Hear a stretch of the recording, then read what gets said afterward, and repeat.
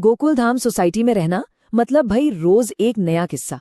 और इस बार तो एक टपकती हुई छत जेठालाल के लिए एक ऐसी मुसीबत बन गई है ना कि उन्हें पूरे शहर का चक्कर काटना पड़ रहा है। तो चलिए समझते हैं तारक मेहता का उल्टा चश्मा के इस मजेदार वाक्य को, जहां एक अच्छा ठेकेदार ढूंढना किसी खजाने की खोज से कम नहीं है।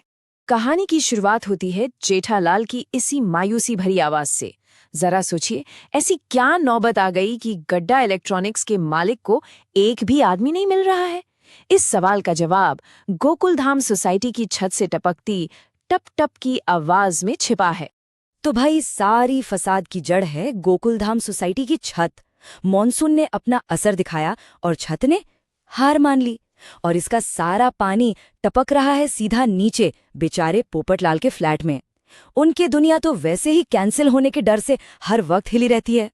और जैसा कि गोकुलधाम का दस्तूर है, हर समस्या के समाधान के लिए क्लब हाउस में मीटिंग होती है। सब लोग एक मत है, हाँ भाई छत की मरम्मत तो तुरंत होनी चाहिए। पर असली सवाल तो अब आता है, बिल्ली के गले में घंटी कौन बांधेगा? कौन उठाएगा ये जिम्मेदारी? और ऐसे में सामने कौन आएगा? अरे भाई, हमेशा की तरह अपने जेठालाल चंपकलाल गड्ढा। पूरे आत्मविश्वास के साथ वो आगे आते हैं और ये जिम्मेदारी अपने कंधों पर ले लेते हैं, शायद ये सोचे बिना कि ये काम कितना टेढ़ा होने वाला है। अब जेठालाल ने बड़े जोश में कह तो दिया कि अरे कॉन्टैक्ट्स की क्या कमी है, एक से एक लोग हैं अपनी पहचान में। लेकिन उनका यही जरूरत से ज्यादा आत्मविश्वास ही आगे चलकर उनकी सबसे बड़ी परेशानी बनने वाला था। और बस यहीं से शुरू होती है जेठालाल की असली भागदौड़। एक भरोसेमंद कारीगर को ढूंढने की उनकी कोशिशें एक के बाद एक नाकाम होती हैं। और सच कहे तो कहानी में असली मजा भी यहीं से शुरू होता है।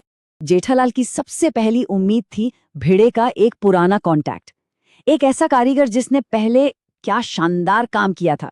लेकिन किस्मत तो देखिए, पता चलता है कि वो तो कोविड के दौरान ही अपना बोरिया बिस्तर बांधकर गांव चला गया। मतलब मिशन की पहली कोशिश फेल।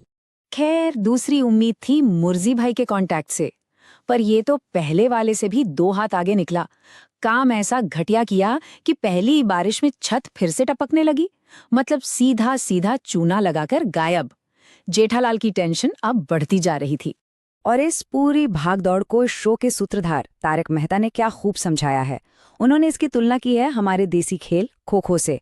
जानते ना, जिसमें एक खिलाड़ी दूसरे को खो देकर अपनी जिम्मेदारी पास कर देता है। बस ठीक वैसा ही यहाँ हो रहा है। हर कोई जिम्मेदारी को एक दूसरे पर डाल रहा है। ये सिर्फ छत की लीकेज नहीं, जिम्मेदारी से बचने का खेल बन गया है। जब सारे रास्ते बंद हो गए तो जेठालाल को याद आई अपनी आखिरी उम्मीद की, अपना बाघा।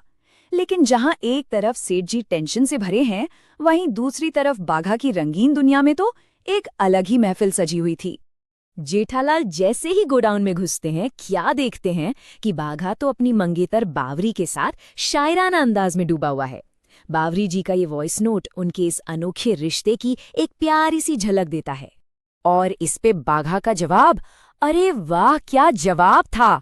वो सेठ जी के आने को एक स्पीड ब्रेकर बता देता है। मतलब उनकी शायरी की गाड़ी पर ब्रेक लग गया। यही तो है इस शो का असली मजा, किरदारों का ये अनोखा अंदाज। अब परेशान जेठालाल को इस शायरी वायरी से क्या लेना देना। उन्होंने इस महफिल को बीच में रोका और सीधे मुद्दे पर आए। उन्होंने बाघा से पूछा कि भाई कोई अच्छा वाटरप्रूफिंग वाला है तेरी नजर में? अब बाघा का जवाब उम्मीद जगाता भी है और थोड़ा लटका भी देता है। वो कहता है कि सेठ जी, कालो रमलो जैसे मजदूर तो बहुत हैं, लेकिन ये छत का काम है, इसके लिए कोई स्पेशलिस्ट, कोई एक्सपर्ट चाहिए। मतलब उसके पास भी कोई रेडीमेड जवाब नहीं है। वो सोचने के लिए अपने सेठ जी से थोड़ा वक्त मांगता है। तो कुल मिलाकर कहानी यहाँ आकर रुक गई है। समस्या वही की वही है, समाधान अभी भी दूर है। बस जेठालाल की खोज अब बाघा की खोज बन गई है। कहानी एक दिलचस्प मोड़ पर आकर ठहर गई है। और जैसा तारक मेहता ने कहा था, खो खो का खेल अब भी चल रहा है।